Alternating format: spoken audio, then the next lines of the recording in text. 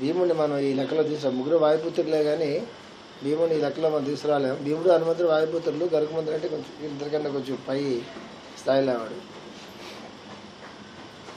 Master గారు మనకేం చెప్తారంటే ఎవరు ఏ స్థితిలో ఉన్నారో, ఆరోగ్యం అనండి, లేకపోతే ఆధ్యాత్మికం అనండి, యోగం అనండి, ఏదైనా సరే ఎవరు ఏ స్థితిలో ఉన్నారో ఆ స్థితిలో నుంచి నెక్స్ట్ స్టేట్లోకి వెళ్ళడానికి సహాయపడే దేవతల్లో మనకి ఆంజనేయ స్వామిని మనకి ప్రధానంగా చెప్తారు. దానికి కారణం ఏంటంటే ఇక మెసేజ్ వాళ్ళు చెప్తారు, ఒకటి చెప్తున్నాను వాళ్ళు ఆంజనేయ గురించి చెప్దామన్నాను. వీళ్ళైతే ప్రతి వారం వాడు చెప్తూ ఉంటారు. ఇక్కడ నోట్ చేసి పెట్టుకోండి, ఇది మళ్ళీ ఇన్ఫర్మేషన్ రాకపోవచ్చు. ఇది సుందరాకాండ మాస్టర్ గారు రికార్డ్ చేసి, అంటే అప్పుడు రికార్డింగ్ ఫెసిలిటీస్ లేవు, రికార్డ్ చేసి పెట్టుకోలేకపోయాం. కానీ సుందరాకాండ మాస్టర్ గారు అద్భుతంగా మంత్రశాస్త్రంతో కలిపి అద్భుతంగా చెప్పారు. చాలామంది రాశారు కానీ మంత్రశాస్త్రంతో కలిపి సుందరాకాండని మాస్టర్ గారు డైమెన్షన్ వేరు. కాకపోతే అప్పుడు ఆ నోట్స్లు లేవు, అప్పుడు రికార్డింగ్ అలా ఉండేది కాదు. సో మనకి ఆంజనేయుడి గురించి ఎప్పుడు మనం తలుచుకున్నా కూడా ఏంటంటే ఒకటే తలుచుకోవాలి, ఎవరు ఏ స్థితిలో ఉన్నారో ఆ స్థితి నుంచి ఉత్తమమైన స్థితిలోకి వెళ్ళడానికి ఈ దేంట్లో అయినా సరే ఆంజనేయుడు అద్భుతమైనటువంటి ఒక దేవత అన్నమాట. మాస్టర్ చెప్పింది ఏంటంటే పిలిస్తే పలికే దేవతల్లో ఆంజనేయ స్వామి మొట్టమొదటి ఉంటాడు. ఎప్పుడు పిలుస్తాడు పలుకుతాడు. ఆంజనేయాన్ని పిలిచాకన్నా కూడా శ్రీరామదూత అని పిలిస్తే వేగంగా పలుకుతాడు.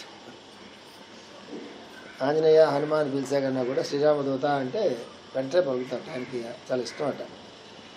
నెక్స్ట్ది ఆయనకి ఇష్టమైన పేరులో కపి అంటే ఆయన చాలా ఇష్టం అంట. ఆంజనేయ హనుమాన్ అంటే ఆయనకంత అది కాదట. ఆయన కపీశ్వరుడు, కపి అని పిలిస్తే ఆయన చాలా ఇష్టం అంట. ఆయన మర్కటం, హరి మర్కట మకటాయ ఓం హరి మర్కట మకటాయ స్వ, అది కదా ఆయన మంత్రం. అన్ని మంత్రాల్లోకి ఆయనకి చాలా ఇష్టమైన మంత్రం ఏంటంటే ఓం హరి మర్కట మర్కటాయ స్వ. మర్కటం అనేటటువంటిది ఆయనకి చాలా మంచి ప్రీతిపాత్రమైనటువంటి పదమాట. ఎవరికి? ఆంజనేయ స్వామికి. ఎందుకు ఆంజనేయ స్వామికి ఆ శక్తి అంటే రెండే. మనకి భక్తిలో చాలా రకాలైన నవ్విధ భక్తులు ఉంటాయి మనకి. అందులో ఒక భక్తికి ఆంజనేయ స్వామి ప్రతీక. ఆత్మసమర్పణ బుద్ధి, తనకంటూ తను లేని జీవితం అనేది ఎవరికైనా ఉంది అంటే అది మనకి పురాణాల్లో ఆంజనేయుడినే మొట్టమొదటి మనం చెప్పాలి. ఎందుకంటే ఎప్పుడూ ఆయన సామర్థ్యానికి గుర్తుండదు. మన అన్ని సామర్థ్యాలు ప్రతి క్షణం గుర్తుంటూనే ఉంటాయి. ఆయనకి ఎందుకు రాముడికి అంత దగ్గరవాడు అయ్యాడు అంటే ఆయన గురించి ఆయనకి ఎప్పుడూ గుర్తుండదు.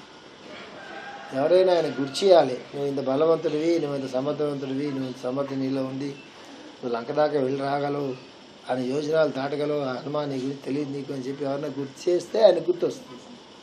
అంతవరకు ఆయన ఏం గుర్తుంటుంది? రామనామం తప్ప, రాముడు తప్ప ఇంకేది ఆయన గుర్తుంటుంది. అట్లాంటి స్థితి మనకి పురాణ పురుషుల్లో కానీ మిగతా వాళ్ళలో కానీ చూస్తే ఒక ఆంజనేయుడి దగ్గరే మనకు అనిపిస్తుంది. అట్లాంటి స్థితి రాందే సమర్పణ బుద్ధి రాదు. సమర్పణ బుద్ధి రాందే మనలో ఉన్న అక్షరోగాలు అనేవి పోవు. అవి పోయేంత వరకు కర్మ అనుభవం అనేది పూర్తి కాదు. కర్మబంధాలు అనేవి చేతనం కావు. అన్నిటికీ మూలకారణం ఏంటంటే నేను అనేటటువంటి భావన తొలగిపోవడమే. అది పూర్తిగా నేను అనే భావన లేకుండా తనే రాముడు తప్ప వేరే ఏ భావన లేనటువంటి పరిపూర్ణ శరణాగతి చెందినటువంటి వాడు ఆంజనేయుడే. కాబట్టి ఆయన స్మరిస్తే ఆ లక్షణం వస్తుంది అని చెప్తారు. సుందరకాండలో మొత్తం సుందరకాండ అంటే మాస్టర్ చెప్తారు. సుందర అంటే అందంగా ఉంటుంది కదా.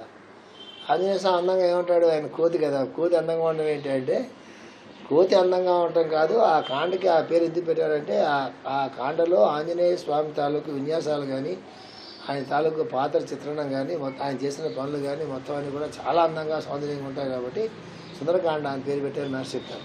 ఆయన అందంగా ఉంటారు అనేది కాదు. ఈయన అన్నీ చాలా గణపతిలాగా ఈయన కూడా చాలా పోర్ట్ఫోలియోస్ ఉన్నాయి. యోగం ఉంది ఈయన దగ్గర, వ్యాకరణం ఉంది, ఛందస్సు ఉంది, శాస్త్రం ఉంది, బలం ఉంది, మంత్రశాస్త్రం ఉంది, శరణాగతి ఉన్నది.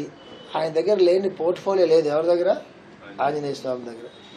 ఎంతసేపటికి ఆంజనేయ స్వామి రక్షలు కట్టుకోవడంతో మంచిదే, కానీ ఆ రక్షకే పరిమితం అయిపోతాడు.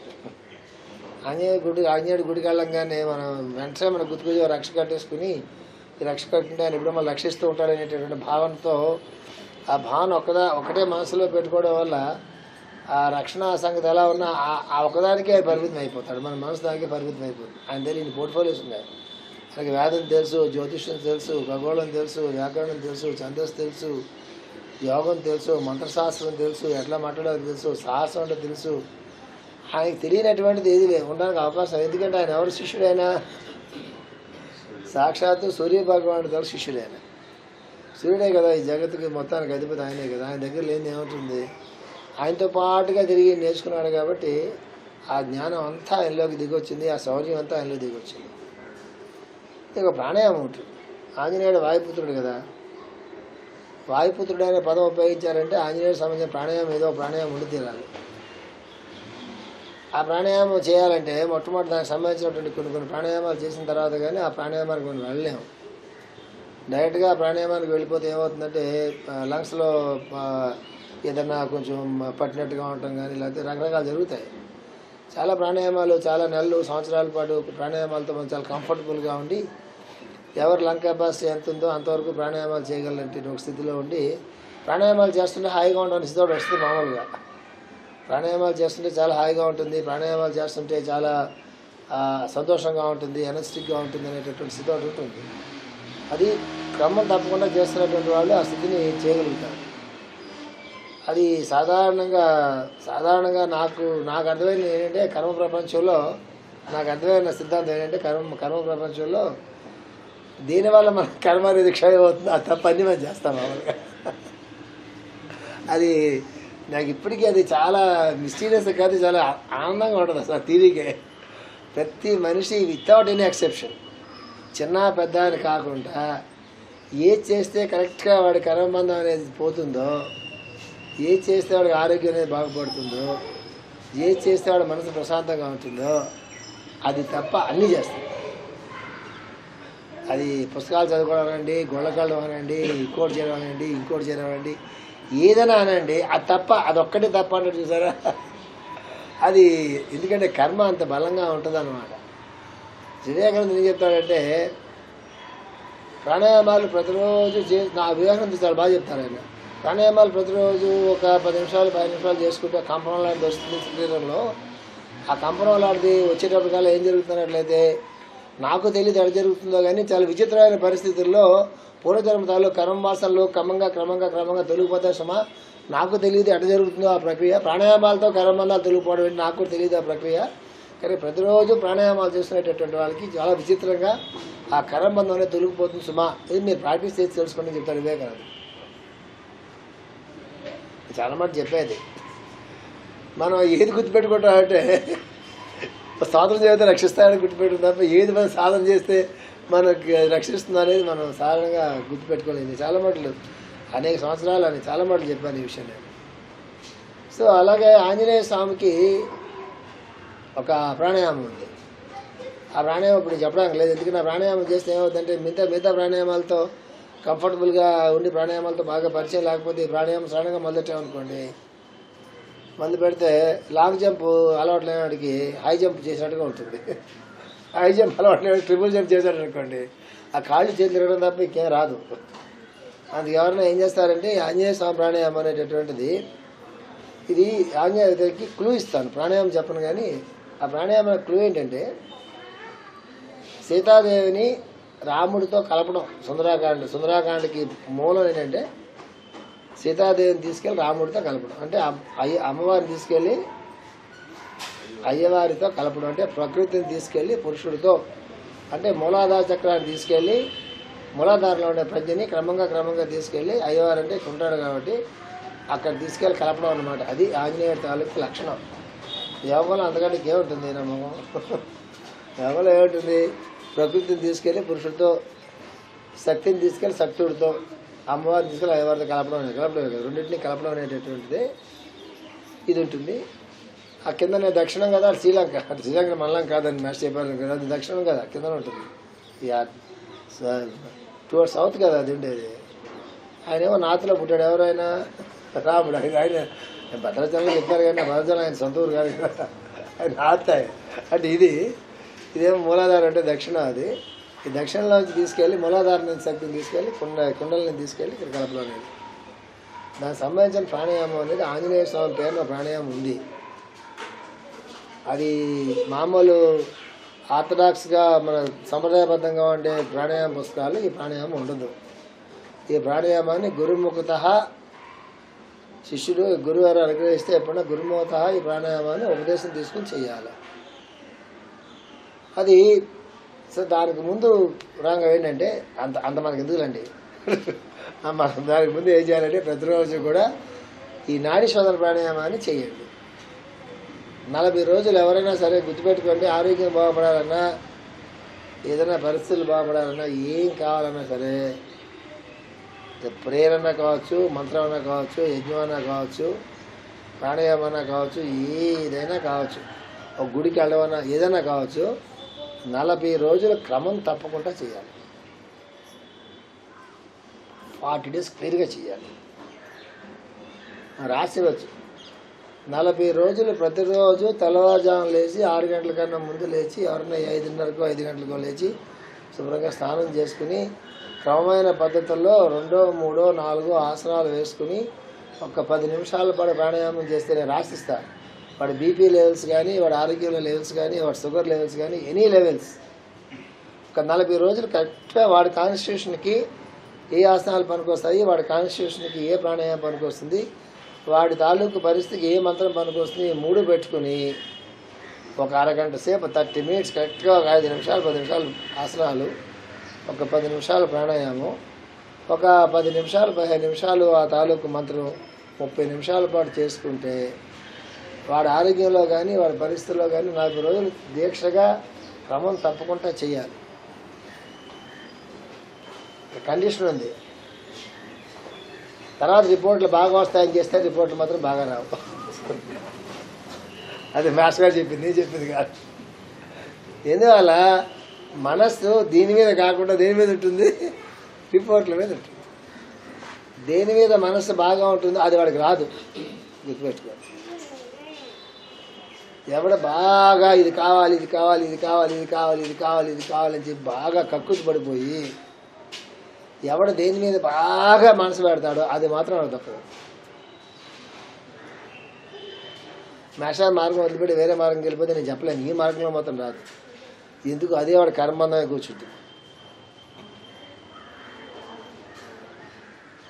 ఎంత మంచిది అయినా నీవు కోరినంత వ్యామోహమైన విషయం ఆటగించు, ఇది రూల్ అది. సో ఆంజనేయ స్వామి తాలూకు ఇది. సో అంచేత మనం ఏం చేస్తామంటే 40 రోజుల పాటు ఎవరన్నా క్రమం తప్పకుండా నేను చేశాను 40 రోజులు, నేను ప్రతిరోజు అది ఉదయమా రాత్రి అన్న సంబంధం లేదు, నేను ఖచ్చితంగా 10 నిమిషాలు నేను ప్రాణాయామం చేశాను. ఇదో ప్రాణాయామం చేయండి, అనులోమ ప్రాణాయామం చేయండి, తెలిసిందే కదా మీకు. ఏ ఒక్కలే మామూలుగా పీల్చుకునే గాలి కన్నా కూడా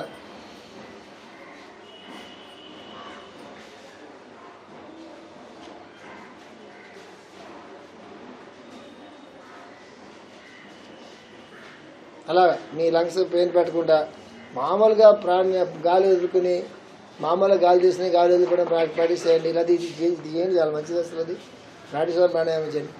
40 days అయిన తర్వాత చెప్పండి, నాకు నమ్మకం కుదిరితే. నేను చెప్పా కదా, ప్రాణాయామం చేసినటువంటి మొట్టమొదటి కళ్ళు తాలూ పరిస్థితి మారుతుంది. ఎక్కడ తెలుస్తుంది నీకంటే, ఎవరైనా 4 రోజులు ప్రాణాయామం చేస్తే వాడి గొంతు, వాడి స్వరం మారుతుంది మొట్టమొదటి. రెండు వాడి కళ్ళల్లో కాంతి మారుతుంది, వాడి బాడీ లాంగ్వేజ్ మారుతుంది, వాడి తాలూ కాన్ఫిడెన్స్ లెవెల్స్ మారుతాయి, వాళ్ళ భయం తగ్గుతుంది, వాటిలో వైటల్ ఫోర్స్ పెరుగుతుంది. 40 రోజులు ప్రాణాయామం చేయడం అంటే చిన్న విషయం కాదు, చాలా పెద్ద విషయం. అందువల్ల ప్రాక్టీస్ చేయండి. 40 రోజులు అయిపోయిన తర్వాత ఎవరైతే ప్రాక్టీస్ చేసి మేము ప్రాక్టీస్ చేస్తామో 40 రోజులు కూడా ఒక రోజు కూడా తప్పకుండా చేయాలి. ప్రాణాయామాలకి ఆడవాళ్ళకి ఉన్న ప్రాబ్లం సంబంధం లేదు, మంత్రాలకు వాటికి సంబంధం ఉంది కానీ ప్రాణాయామాలకి ఏం సంబంధం లేదు. ఆసనాలు అయితే వేయకూడదు కానీ ప్రాణాయామాలకి ఏం సంబంధం లేదు, ఎప్పుడైనా చేసుకోవచ్చు. ఇది ప్రాక్టీస్ చేయండి. సో క్లూ ఇచ్చాను, నా బోర్డుకి మాస్టర్ గారు క్లూ ఇస్తే అన్నీ నేను పడేసుకుంటా ప్రాణాయామాలు. నా బోర్డు గారు మాస్టర్ క్లూ ఇచ్చాను అనుకోండి, ఇదే 5 నిమిషాలు పడుతుంది ఆ ప్రాణాయామం పట్టుకోవడానికి. ఏం చెప్పా, మూలాధారం దగ్గరని, మూలాధారం దగ్గర అమ్మవారు ఉంటుంది, పైన సహస్రారం దగ్గర అయ్యవారు ఉంటారు. ఆంజనేయుడి పని ఏంటి అన్నట్లయితే, మూలాధారం దగ్గర ఉండేటటువంటి ప్రజ్ఞ అయితే, ప్రకృతి ఏదైతే ఉందో, శక్తి ఏదైతే ఉందో, దాన్ని తీసుకెళ్ళి సహస్రారం దగ్గర ఉన్నటువంటి అయ్యవారికి శక్తుడికి తీసుకెళ్ళి అనుసంధానం చేయటం. అది ఎవరు చేశారు? ఆంజనేయ స్వామి చేశాడు. అందుకే కుటుంబాల్లో ఏమైనా కలతలు ఉన్నా, భార్యాభర్తల మధ్య ఏమైనా ప్రాబ్లమ్స్ ఉన్నటువంటివి ఉన్నా, వైటల్ ఫోర్స్ లెవెల్స్లో అయినా ప్రాబ్లమ్స్ ఉన్నా, ఎక్కడ ఏదైనా గట్టిగా పట్టేసేసి అది ఎంతకీ ఆ సమస్య తీరకపోతున్నా కూడా ఆంజనేయ స్వామి తాలూకు ఉపాసన, ఆంజనేయ స్వామి తాలూకు ఇది చేస్తే అది చాలా తగ్గుతుంది. ఇక్కడ చేయవలసింది చేస్తే చేయాలి. గుడికి వెళ్ళిపోతే అయిపోద్దంటే కుదరదు. మనం ఏం చేస్తే ఆ ప్రాబ్లమ్స్లో పడ్డామో చేయడం మానేసిన తర్వాత ఈ ప్రయత్నం చేయాలి. కుదరదు. ఏ రకమైనటువంటి మైండ్ సెట్లో ఆ ప్రాబ్లమ్స్ వల్ల పడ్డామో ముందు ఆయన నమస్కారం పెట్టాలి. ఈ రకమైన అపచారం చేసినందువల్ల, ఈ రకమైన పొరపాట్లు చేసినందువల్ల, ఈ రకంగా ఆలోచన చేసినందువల్ల, ఈ రకంగా తొందరపడినందువల్ల, దీనివల్ల నేను ఈ ప్రాబ్లమ్స్ పడాలని చెప్పి నేను గమనించాను స్వామి. మళ్ళీ ఈ పొరపాట్లు ఏం చేయను, నేను చేయకుండా ఉండేటటువంటి ఒక శక్తిని నాకు ఇవ్వు అని చెప్పి ముందు ఆయనకి ఒక ప్రామిస్ ఇచ్చే ఆయనకి ఆయన నమస్కారం పెట్టి అప్పుడు సాధన ప్రారంభిస్తే పనికి వస్తుంది. ముడుపు కట్ట అంటారు కదా, దాంట్లో అంతరార్థం అదే. ముడుపు కట్ట ఈజీ. డబ్బులు ముడుపు కడతారు. అది చాలా ఈజీ కదా. బియ్యం ముడుపు కట్టాడు పెట్టిస్తే అది చాలా ఈజీ. అది కాదు ముడుపు కట్టడం అంటే. భగవంతుని ముందుకు వెళ్ళినప్పుడు ఏ అపచారం వల్ల, ఏ పొరపాటు వల్ల, ఏం చేయకపోవడం వల్ల ఈ స్థితి మనకు వచ్చిందో అనేది మనం ముందు యాక్సెప్ట్ చేసి ఆయన ముందు నిలబడి, నేను ఇట్లా చేశాను, పొరపాటు చేశాను కాబట్టి స్థితిలో నేను ఉన్నాను, ఈ పొరపాటు ఎక్కడికి నేను చేయను, ఈ రకమైన ఆలోచనలు నేను చేయను, ఈ రకమైన స్వభావం నేను మార్చుకుంటాను నేను అని ఆయన దగ్గర నమస్కారం పెట్టిన తర్వాత అప్పుడు నెక్స్ట్ సాధనలోకి వెళ్ళి అప్పుడు ప్రదక్షిణం చేయాలి. మంత్రం చెప్పి చేస్తే అది వర్కౌట్. అది పుట్టి ప్రదక్షిణాలు చేస్తే కాదు. అది గుర్తుపెట్టుకోండి. ఈ నెల నుంచి, ఈ వారం నుంచి మనం ఆంజనేయ స్వామిది మనం ఇంక్లూడ్ చేసుకున్నాము. పురుషోక్తం కలిపాను. నెక్స్ట్ టైం నుంచి పురుషోక్తంతో శ్రీసూక్తంతో హోమం అనేది చాలా మంచి ప్రక్రియ ఇది. అది అయిపోయిన తర్వాత ఏ ఉగాది దాటిన తర్వాత ఎప్పుడో మనం చూసుకుని, ఎప్పుడో మంచి రోజు చూసుకుని విష్ణు సహస్రనామాలు అందరితో, విష్ణు సహస్రనామాలతో హోమం తెలిసిందే కదా, నారాయణ హోమం కార్తీక మాసం చేస్తుంటారు. అది ఎప్పుడో ఒకప్పుడు మనం ఏ ఉగాది అయిపోయిన తర్వాత మంచి రోజు చూసుకొని ఈ నారాయణ హోమం అనేది మొదలు పెడితే మనకి అంటే క్రమంగా నేను కొద్దిగా సిలబస్ పెంచుతున్నాను. అది చాలా మంచిది. అది యజ్ఞంతో సిలబస్ పెంచడం చాలా మంచిది. అది పురుషోత్తం శ్రీసూక్తంతో కదా ఇంకొంచెం బలపడుతుంది. రాముడితో ఆంజనేయ స్వామి కూడా కలిపి కొంచెం బలపడుతుంది. అది ప్రాణాయామం కలుపుతాం, ఇంకొంచెం యోగం మళ్ళీ దిగుతుంది. అది అయిపోయిన తర్వాత భగవద్గీత ఏం కలిపాం మనం? భారతం కలిపాం. కొంచెం ధర్మ సూక్ష్మాలు అంటే ఎలా ఉంటాయి, ధర్మం ఎలా ఉంటుంది, ఆ రోజుల్లో భారత కాలంలో శ్రీకృష్ణుడు, అర్జునుడు వాళ్ళందరూ ఎలాంటి ధర్మాలను ఫాలో అయ్యారు, ఆ ధర్మ సూక్ష్మాలన్నీ కొద్ది పరిచయం అవుతాయి. ఆ ధర్మ సూక్ష్మాలు బ్యాక్గ్రౌండ్లో భగవద్గీత ఇంకా అర్థమవుతుంది. ఒక పక్క అది జ్ఞానం పక్క, యజ్ఞం పక్క, ఇంకొక పక్క యజ్ఞం పక్క మనకి ఏంటంటే నెమ్మదిగా పురుషోత్తం శ్రీసూక్తం ఇంక్లూడ్ చేస్తాము. నెక్స్ట్ ఎక్కడికి వెళ్తాం మనం? నారాయణ హోమంలోకి వెళ్తాం.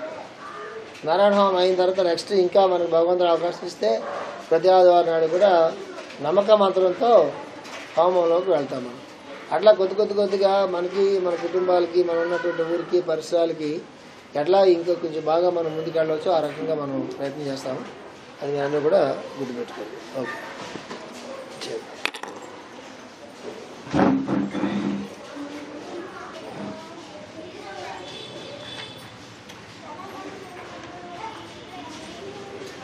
ఏంటి పెట్టాడు? రైమ్స్ పెట్టావా?